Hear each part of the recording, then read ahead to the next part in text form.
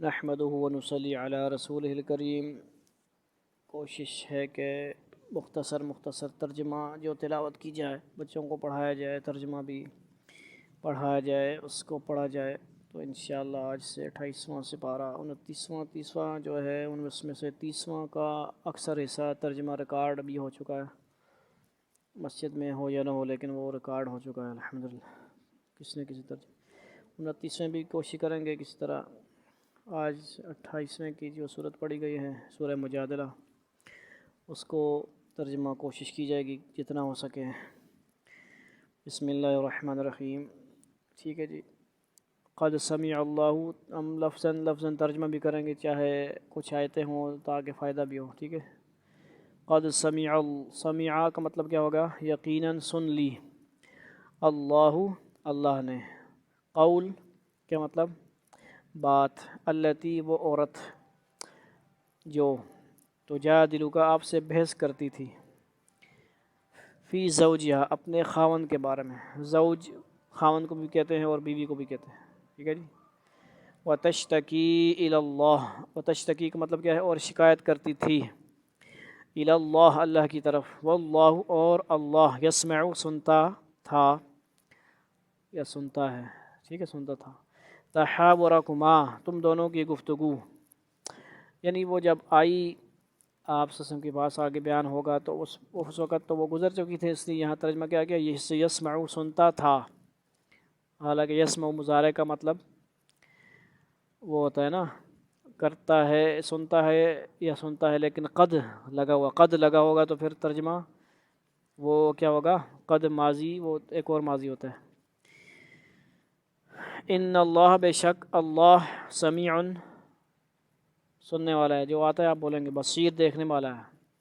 یہ کیا ہو گیا ترجمہ؟ لفظاً ایک لفظ کا۔ اب با محاورہ، اے پیغمبر اللہ نے اس عورت کی بات سن لی ہے جو تم سے اپنے شوہر کے بارے میں بحث کر رہی ہے اور اللہ سے فریاد کرتی جاتی ہے، اور اللہ تم دونوں کی گفتگو سن رہا ہے، یقیناً اللہ سب کچھ سننے والا دیکھنے والا ہے۔ بیساکھ نکال بھی سکتے ہیں آپ اس میں سے مزید کچھ۔ اب اس کا شان نزول سنیے جی، ٹھیک ہے، آیت کا شان نزول پتہ ہونا چاہیے، کس موقع پہ نازل ہوئی، کس بارے میں نازل ہوئی، یہ عورت کون ہے، یہ صحابی کون ہے، ٹھیک ہے جی۔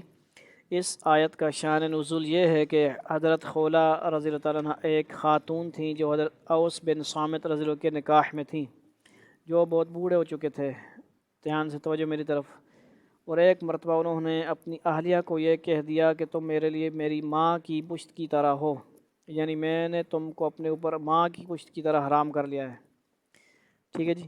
جب کوئی شخص اپنی بیوی سے یہ جملہ کہہ دے تو اسی کو اظہار کہتے ہیں۔ کیا کہتے ہیں؟ اظہار، ضاد ہا الف را، اظہار۔ یہ کیا ہے؟ مسئلہ اظہار بیان ہو رہا ہے، پتہ ہونا چاہیے، یہ پہلے بہت تھا پہلے لوگوں میں، ٹھیک ہے جی۔ وہ سورہ احزاب میں بھی اس کا ذکر آ چکا ہے، کچھ نہ کچھ پڑھا ہے ہم نے۔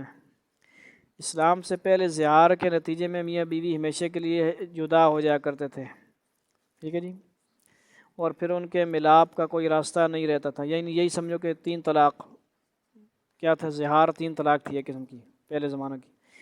اگرچہ حضرت اوس بن صامت رضی اللہ تعالیٰ عنہ یہ جملہ جذبات میں آ کر کہہ تو گئے تھے، لیکن بعد میں شرمندہ ہوئے تو یہ خاتون پریشان ہو کر حضور اقدس صلی اللہ علیہ وسلم کی خدمت میں آئیں اور آپ سے پوچھا کہ اس صورتحال کا کیا حکم ہے۔ آپ نے فرمایا کہ اس سلسلے میں ابھی میرے پاس کوئی حکم نہیں آیا، اور یہ شبہ ظاہر فرمایا کہ شاید تم اپنے شوہر کے لیے حرام ہو چکی ہو۔ اس پر خاتون نے بار بار آن حضرت صلی اللہ علیہ وسلم سے یہ کہا کہ یہ میرے شوہر نے مجھ سے طلاق کا کوئی لفظ تو نہیں کہا۔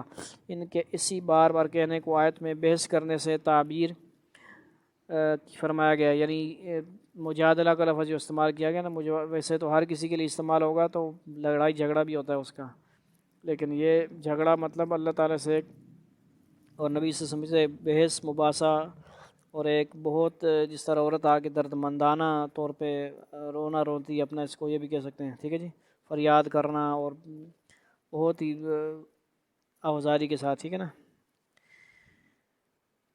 اور اس کے ساتھ ہی انہوں نے اللہ تعالیٰ سے فریاد شروع کر دی کہ یا اللہ میں آپ سے فریاد کرتی ہوں کہ میرے چھوٹے چھوٹے بچے ہیں جو ضائع ہو جائیں گے۔ پھر آسمان کی طرف سر اٹھا کر بار بار کہتی ہی رہیں کہ یا اللہ میں آپ سے فریاد کرتی ہوں۔ ابھی وہ یہ فریاد کر رہی تھیں کہ یہ آیات نازل ہو گئی جن میں زہار کا حکم اور اس سے رجوع کرنے کا طریقہ بتلایا گیا۔ خلاصہ از تفسیر ابن کثیر میں سے یہ تلاوت یعنی یہ خلاصہ وغیرہ جو بیان کیا گیا مضمون، ٹھیک ہے۔ یہ تو پہلی آیت ہے۔ تو آگے کیا ہے جی؟ الذین یظاہرون منکم، ہم نے تلاوت کر لیے تو ہم ایک ہی لفظ کا الذین، جو لوگ، الذین کا مطلب کیا ہوگا؟ جو لوگ، اور اللاتی ایک عورت تھی نا، وہ عورت جو کہ، ایک عورت ہوگی تو کیا ہوگا؟ وہ جو کہ۔ الذین اللاتی کو کیا کہیں گے؟ اسم موصولہ کہیں گے، یہ بھی یاد رکھنا۔ کیا کہیں گے؟ اسم موصولہ۔ اسم موصولہ جب آتا ہے تو اس کے آگے ایک اور چیز ہوتی ہے صلہ۔ کیا ہوتی ہے؟ صلہ۔ سمجھ آ گئی؟ یہ بات موٹی موٹی یاد رکھنی جو ہمیں آتی ہیں۔ تو اللاتی قول اللاتی تو جادلک فی زوجہا وتشتکی الی اللہ، یہ سارا کیا بنے گا؟ یہ آگے جو چھوٹا موٹا صلہ بنے گا، ٹھیک ہے۔ الذین کا مطلب کیا ہے؟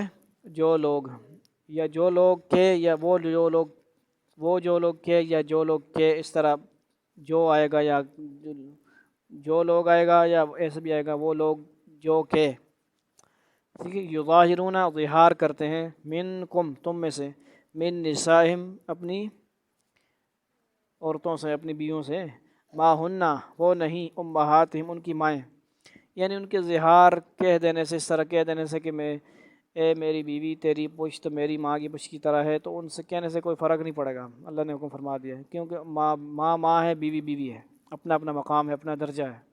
سمجھ آ گئی بات؟ تو وہ ماں نہیں ہو جائے گی، بیوی بیوی رہے گی، ماں رہے گی۔ ماں بیوی نہیں ہو سکتی، بیوی ماں نہیں ہو سکتی۔ سمجھ نہیں کر؟ وہ نہیں امہاتہم ان کی مائیں، ان نہیں امہاتہم ان کی مائیں، الا مگر،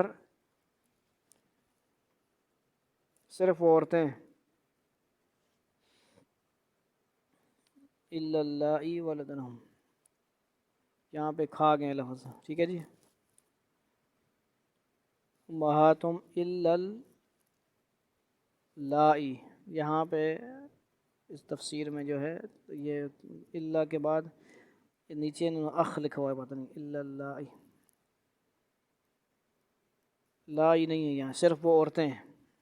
ولدنہم جنہوں نے جنا ہے انہیں، وَإِنَّهُمْ اور بے شک وہ، لیقولون البتہ کہتے ہیں، منکرم نامعقول، من القول بات سے، وزورا اور جھوٹ، وَإِنَّ اللَّهَ اور بے شک اللہ، لعفون البتہ معاف کرنے والا، غفور بخشنے والا ہے۔ یہ کیا ہو گیا؟ یہ کیا ہو گیا؟ ترجمہ لفظاً ترجمہ ہو گیا۔ اب محاورہ کیا ہے؟ تم میں سے جو لوگ اپنی بیویوں سے اظہار کرتے ہیں، ان کے اس عمل سے وہ بیویاں ان کی مائیں نہیں ہو جاتی، ان کے یعنی اس کہنے سے، ان کی مائیں تو وہی ہیں جنہوں نے ان کو جنم دیا ہے۔ یا کوئی ماں ایک ہی ہوتی ہے نا، ابا بھی ایک ہوتا ہے سگا، اور سگی ماں بھی سمجھ آئیے گا۔ ان کی مائیں تو وہی ہیں جنہوں نے ان کو جنم دیا ہے۔ حقیقت یہ ہے کہ یہ لوگ ایسی بات کہتے ہیں جو بہت بری ہے اور جھوٹ ہے، اور اللہ بہت معاف کرنے والا، بہت بخشنے والا ہے۔ یعنی وہ جو انہوں نے خولا یا ان کے شوہر نے جو کیا، وہ اللہ تعالیٰ ان کو معاف کرتے ہیں، اور وہ میاں بیوی رہیں گے، ٹھیک ہے جی۔ یعنی ایسا صحابہ کرام کی بھی اتنی بڑی شان ہے نا کہ ان کے واقعے سے اور ان کی وجہ سے پچھلا وہ جو پورا رسم چلی آ رہی تھی ختم کی، اور اللہ نے آسانی فرمائی امت کے لیے، ٹھیک ہے۔ صحابہ کرام کے بھی کافی احسانات ہیں، یعنی ایسا کہنا گناہ ہے، لیکن اگلے جملے میں اشارہ فرما دیا گیا ہے کہ اگر کوئی اس گناہ سے توبہ کر لے تو اللہ تعالیٰ اسے معاف فرما دیں گے، ٹھیک ہے۔ یعنی ایسا کرنا نہیں چاہیے، یہ ایسا کرنا کیا ہے؟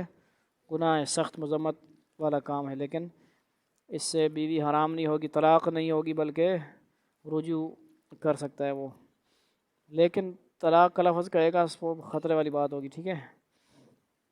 والذین یظاہرون اور جو لوگ یظاہرون ظاہر کرتے ہیں، من نسائہم اپنی بیویوں سے، ثم پھر یعودون وہ رجوع کر لیں، لما اس سے جو قالوا انہوں نے کہا، قول فتحریر تو آزاد کرنا لازم ہے، رقبہ تن ایک غلام، من قبل اس سے قبل، ان یتماسا کے دوسرے کو ہاتھ لگائیں، ذالکم یہ، توعدون تمہیں نصیحت کی جاتی ہے، بھی اس سے کی، واللہ اور اللہ، بما اس سے جو تعملون تم کرتے ہو، خبیر ہے، باخبر ہے۔ یہاں پہ ایک اور بھی ہے، جو لوگ ٹھیک ہے جی، جو لوگ اپنی بیویوں سے زہار کرتے ہیں، پھر انہوں نے جو کچھ کہا ہے اس سے رجوع کرتے ہیں، تو ان کے ذمے ایک غلام آزاد کرنا ہے، قبل اس کے کہ وہ میاں بیوی ایک دوسرے کو ہاتھ لگائیں۔ یہ ہے وہ بات جس کی تمہیں نصیحت کی جا رہی ہے، اور جو کچھ تم کرتے ہو اللہ اس سے پوری طرح باخبر ہے۔ ٹھیک ہے جی، اس کی سزا بھی ہے، یعنی کہ اب کہہ دیا تو بس جان چھوٹ گئی، نہیں، سزا بھی ہے۔ کیا ہے؟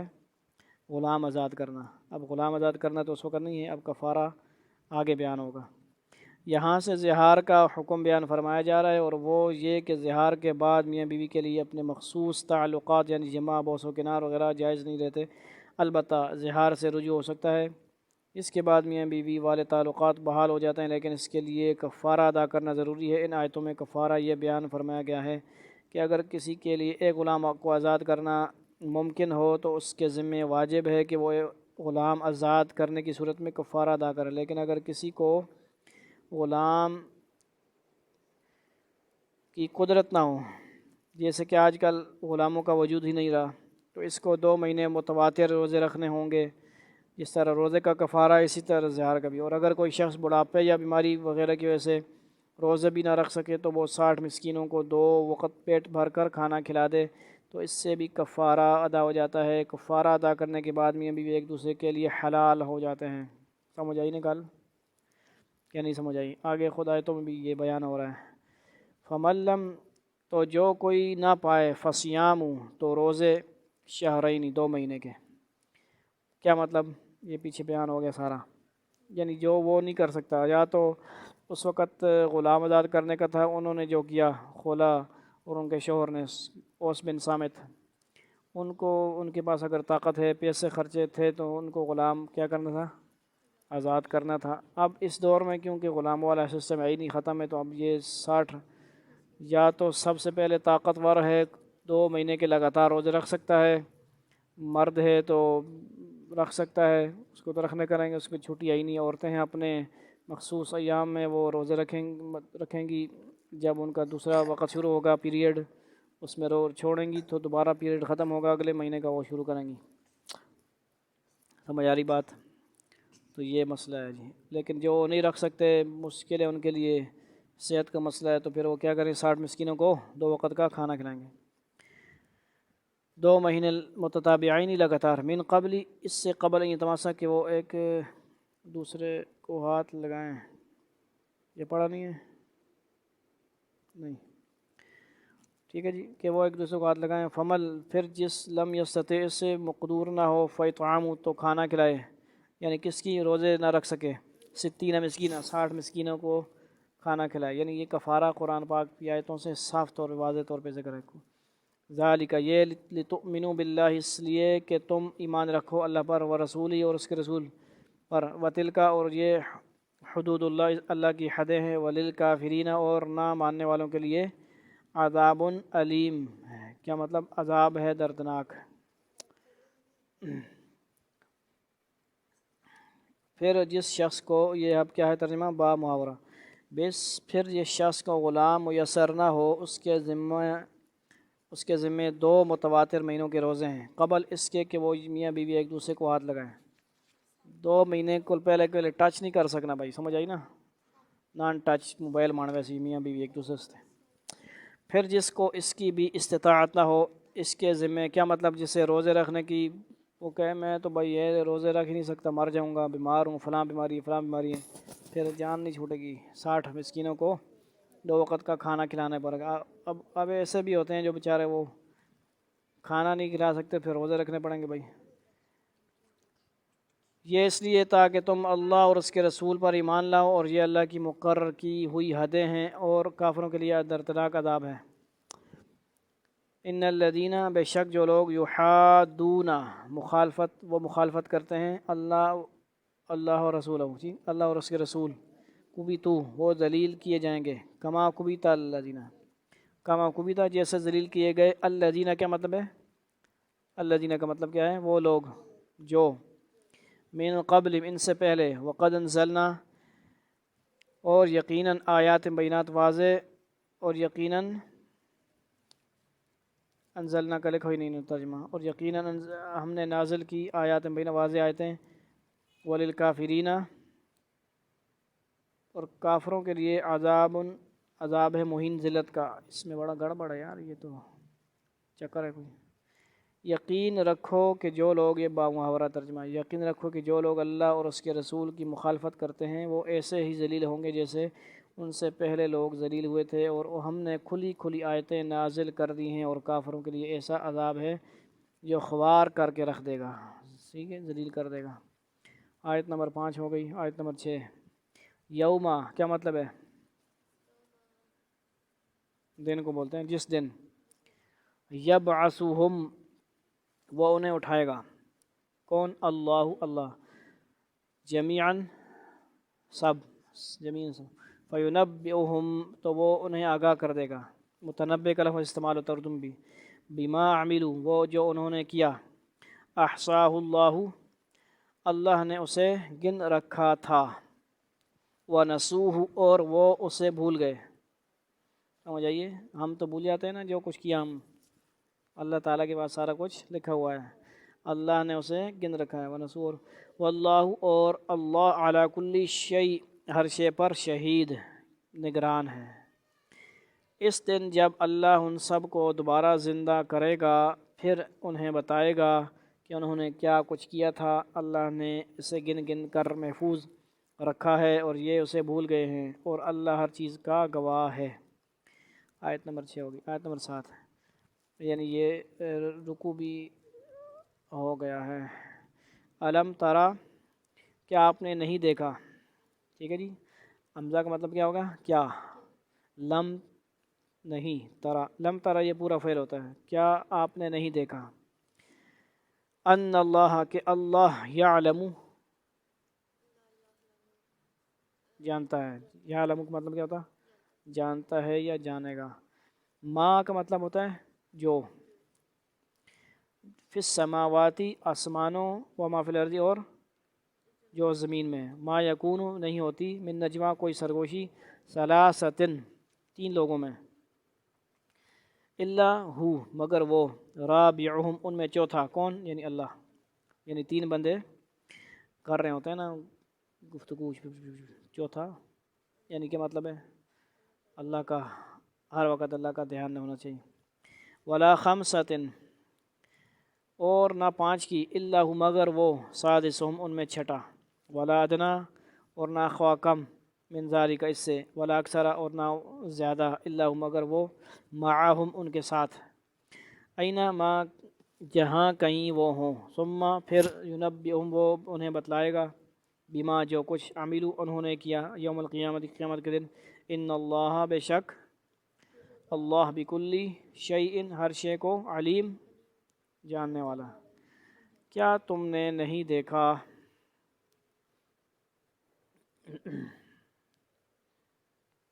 کیا تم نے نہیں دیکھا کہ آسمانوں اور زمین میں جو کچھ ہے اللہ اسے جانتا ہے، کبھی تین آدمیوں میں کوئی سرگوشی ایسی نہیں ہوتی جس میں چوتھا وہ نہ ہو، اور نہ پانچ آدمیوں کی کوئی سرگوشی ایسی ہوتی ہے جس میں چھٹا وہ نہ ہو، اور چاہے سرگوشی کرنے والے اس سے کم ہوں یا زیادہ ہوں۔ کیا مطلب؟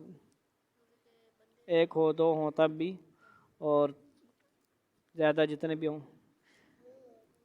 وہ جہاں بھی ہوں اللہ ان کے ساتھ ہوتا ہے۔ پھر وہ قیامت کے دن انہیں بتائے گا کہ انہوں نے کیا کچھ کیا تھا، بے شک اللہ ہر چیز کو جاننے والا ہے۔